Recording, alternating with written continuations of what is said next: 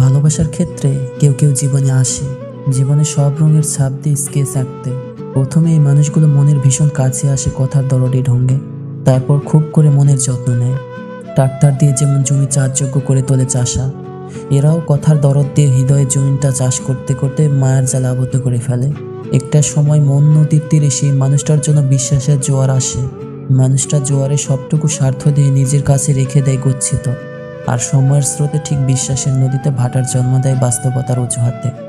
সম্পর্ক বয়স যতই বাড়তে থাকে, পরিস্থিতির সংখ্যার যোগফল তত বৃদ্ধি থাকে। একটা সময় দেখা যায় পরিস্থিতি উচ্চতর স্তরে হাজির হয়েছে। আমি তোমাকে ছাড়া বাঁচবো না, তুমি আমার পৃথিবী। আমরা চাইলে দুনিয়ার এমন কোনো শক্তি নেই যে তোমার থেকে আমাকে আলাদা করবে।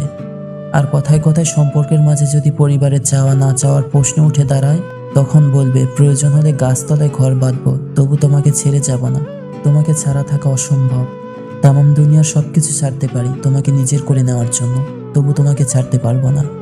যদি কখনো আমার অস্তিত্ব টুকরো টুকরো হয়ে যায়, তবু টুকরো টুকরো অংশ তোমার নামের মন্ত্রপাঠের আরাধনা করবে। এই প্রতিজ্ঞাগুলো সম্পূর্ণ মিথ্যের পাহাড়, পৃথিবীর চরম ও জঘন্যতম মিথ্যে প্রতিজ্ঞা। এই মানুষগুলো যত সহজে কথার ভিড়ে জীবনকে চিনাবে, ঠিক ততটাই সহজে ভিড় ঠেলে আপনাকে মারিয়ে চলে যাবে জীবন থেকে নীরবে।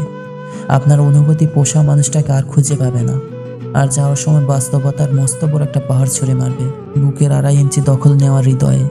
অপরদিকে দেখবেন ঠিক সেই মানুষটা আপনাকে ছাড়া দিব্যি নিজের স্বার্থের হেফাজতে অন্যের ঘরে সুখের রঙে রাঙিয়ে তুলছে, অন্য কাউকে কথা দিয়ে বাঁচতে শেখাচ্ছে।